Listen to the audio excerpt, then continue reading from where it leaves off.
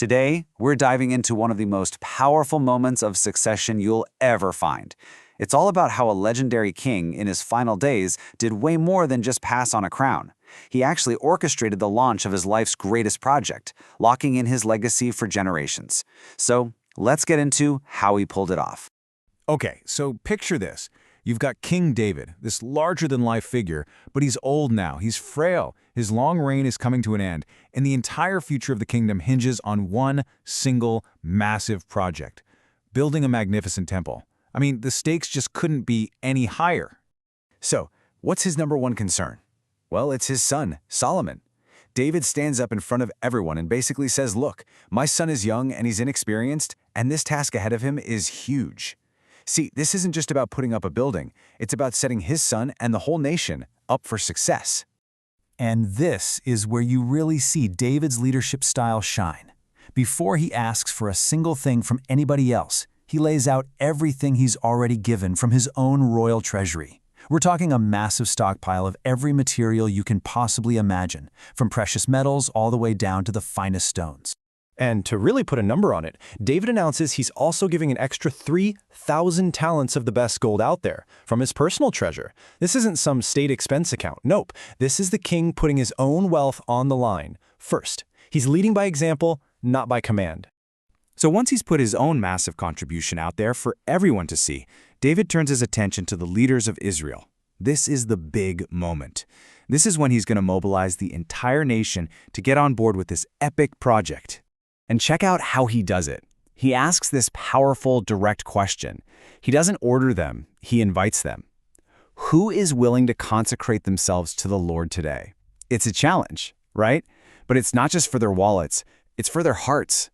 And the response, it is immediate and it is absolutely overwhelming. The leaders willingly give 5,000 talents and 10,000 darks of gold. I mean, just to put that into perspective, they didn't just match the king's personal gift, they blew past it. You can just feel the momentum building here. But oh, it doesn't stop there. On top of all that gold, they pour another 10,000 talents of silver into the treasury. You can just imagine the energy in that room as this wave of generosity just keeps growing and growing. And then you get to the raw materials, an almost unbelievable 100,000 talents of iron. The sheer scale of this collective donation is it's staggering. It's this perfect picture of a nation completely united behind their king and his vision. You know, the feeling in the air isn't one of obligation like, we have to do this. It's pure joy. The scripture tells us that the people were celebrating because their leaders gave so freely and with their whole hearts. David himself was overjoyed. This wasn't a tax, it was a party. It was a celebration of giving. Now, right in the middle of all this incredible success, with piles and piles of treasure all around, David does something kind of unexpected. He doesn't give a big victory speech. Nope. Instead, he prays. And this prayer, it completely reframes everything that just happened. Just listen to this incredible humility. He's surrounded by more wealth than most of us can even fathom, and his first thought is, who are we that we should even be able to give like this? He immediately points all the credit and praise away from himself and his people. And this gets to the very heart of what he believes. He says, everything comes from you, and we have given you only what comes from your hand. So in his mind, this giant pile of treasure wasn't theirs to give to God. It was God's treasure all along, and they were just the people chosen to manage it and give it back. And his whole prayer is looking forward. He asks God to keep this generous spirit in the people's hearts forever. He prays for their loyalty, for his son Solomon's devotion, and of course for the temple to actually get built. It's all about securing the future. Okay, so with the temple's future totally secure, the very next day is all about the other critical piece of David's plan, the formal, public transfer of power to his son Solomon. And it unfolds in this really clear, powerful way. First, there are massive sacrifices.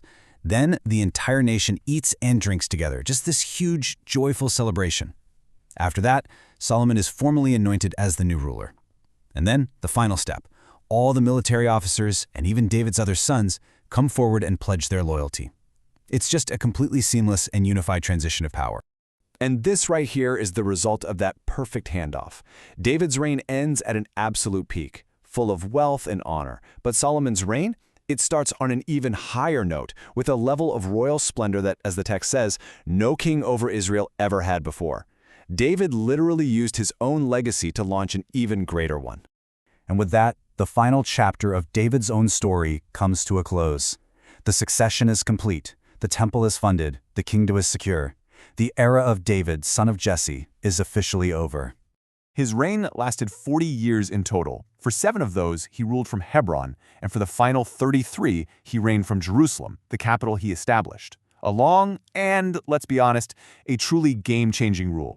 So when you look at it, David's final act wasn't some desperate attempt to hang on to power, it was a masterful release of it. He died peacefully, totally fulfilled, having done everything he set out to do.